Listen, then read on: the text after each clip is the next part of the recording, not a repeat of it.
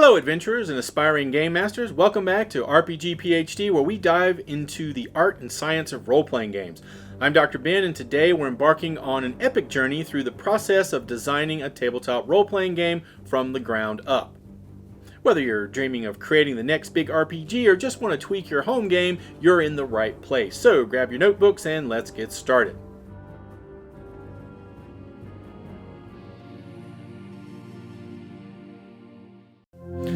Tabletop role-playing games represent a unique fusion of narrative storytelling and strategic gameplay.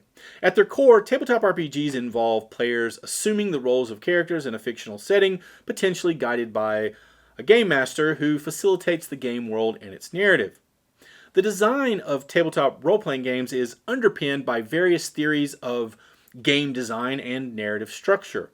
Ludology, the study of games, and narratology, the study of narratives, provide critical perspectives on the development of role-playing games.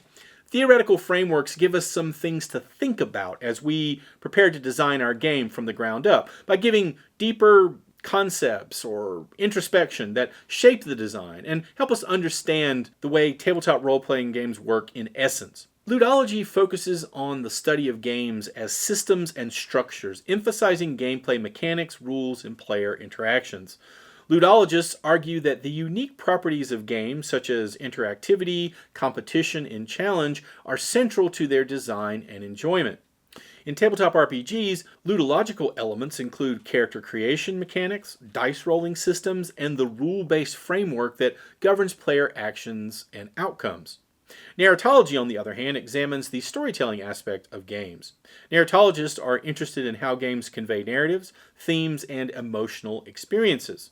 Tabletop RPGs can be rich narrative platforms, allowing for dynamic storytelling shaped by player choices and game master guidance.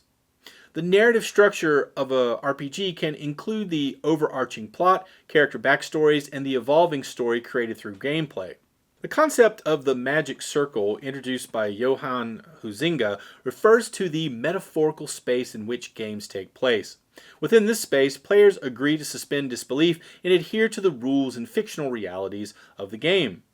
In tabletop role-playing games, the magic circle encompasses the shared understanding and agreement between the GM and the players about the game's world's boundaries, rules, and the separation from the real world. This allows players to immerse themselves fully in the role-playing experience, engaging with the game's world and its inhabitants in a meaningful way. Narrative agency refers to the player's ability to make choices that significantly impact the game's narrative. In tabletop RPGs, this agency is paramount, as players' decisions, actions, and interactions with the game world shape the direction and outcome of the story. High narrative agency allows for a more personalized and immersive experience as players see the tangible effects of their choices in the game world and its narrative. Procedural rhetoric is a term coined by Ian Boxt, describing the way games use rules and mechanics to convey messages and ideas. In the context of tabletop role-playing games, procedural rhetoric can be seen in how the game mechanics and rule systems reinforce the game's thematic elements and narrative.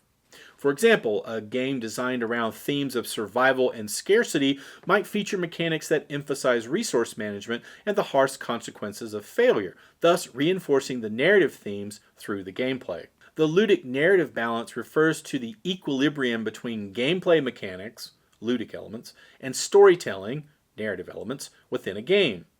Achieving a harmonious balance ensures that neither aspect overshadows the other, allowing players to enjoy both engaging gameplay and rich storytelling. In tabletop role-playing game design, this balance is critical as it ensures that players are invested in both the mechanics of the game and the unfolding narrative, creating a cohesive and immersive experience. So now let's talk about game design in a step-by-step sort of approach. Step 1, conceptualization. Step 1 is all about laying the foundation with conceptualizing. It's where your game begins to take shape as you decide on its theme, core experience, and who it's for.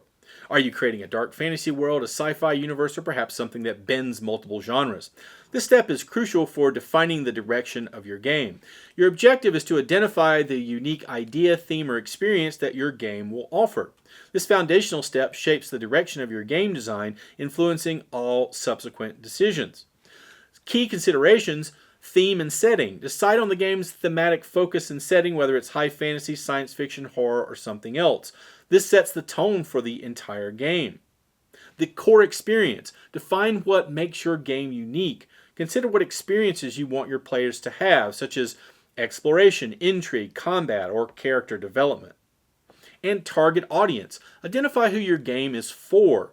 Understanding your audience's preferences and experience levels can guide complexity, tone, and content. Step 2. System design. This is where you decide how your game is played. Will you use dice, cards, or maybe a digital app to resolve actions? Here you'll also sketch out character progression and ensure that your game is balanced, so no single strategy overshadows the rest. It's all about creating a system that supports the kinds of stories you want to tell.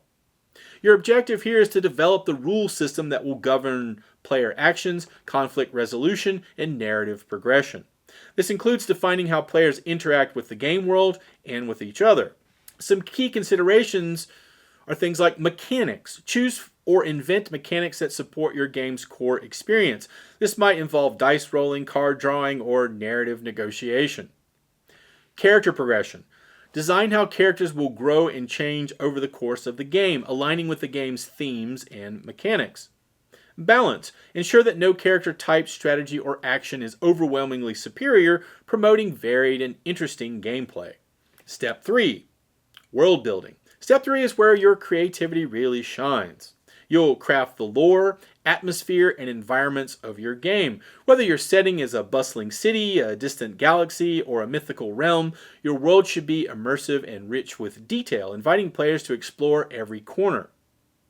Your objectives are to create a rich, immersive game setting that provides a backdrop for the narratives and adventures within your game.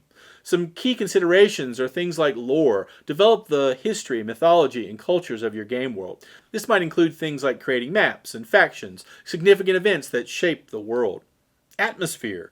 Craft the atmosphere and mood of the world through descriptive language and thematic elements, enhancing the thematic goals of your game. Player interaction. Consider how players will interact with the world. This includes designing cities, dungeons, and other locales for exploration and adventure. Step 4. Playtesting. Then we test. Playtesting is where you'll gather feedback, refine mechanics, and ensure your game is as fun as it is engaging. Don't shy away from criticism. It's invaluable for polishing your game to perfection. Your primary objectives are to gather feedback on the game's mechanics, narrative engagement, and overall enjoyment through actual gameplay sessions. Some key considerations are feedback collection. Develop methods for collecting constructive feedback, such as questionnaires, discussions, and observation.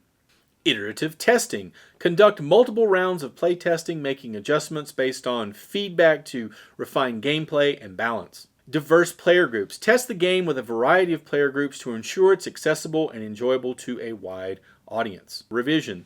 This is where you take all the feedback from playtesting and use it to fine-tune your game, adjust mechanics, tweak narratives, and polish until your game shines.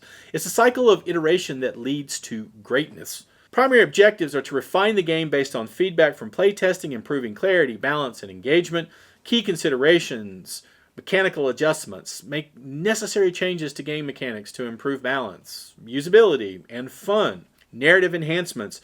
Revise the narrative elements based on player experiences and feedback, ensuring the story remains flexible and engaging. And then final polish. Address any remaining issues with rules clarity, layout, and artwork to prepare the game for publication or for release with your game group. So let's take a look at a few games as case studies in approaches to tabletop RPG design. These case studies illustrate the practical application of the design principles and theories that we discussed earlier. Dungeons & Dragons, often considered the quintessential tabletop RPG, has evolved significantly since its inception in the 1970s. Its design evolution showcases the balance between complex rule systems and the facilitation of imaginative storytelling. D&D's character creation process is notable for its depth, allowing players to choose from a wide variety of races, classes, and backgrounds, each with its own unique abilities and lore. This richness in choice supports a diverse range of character narratives and play styles.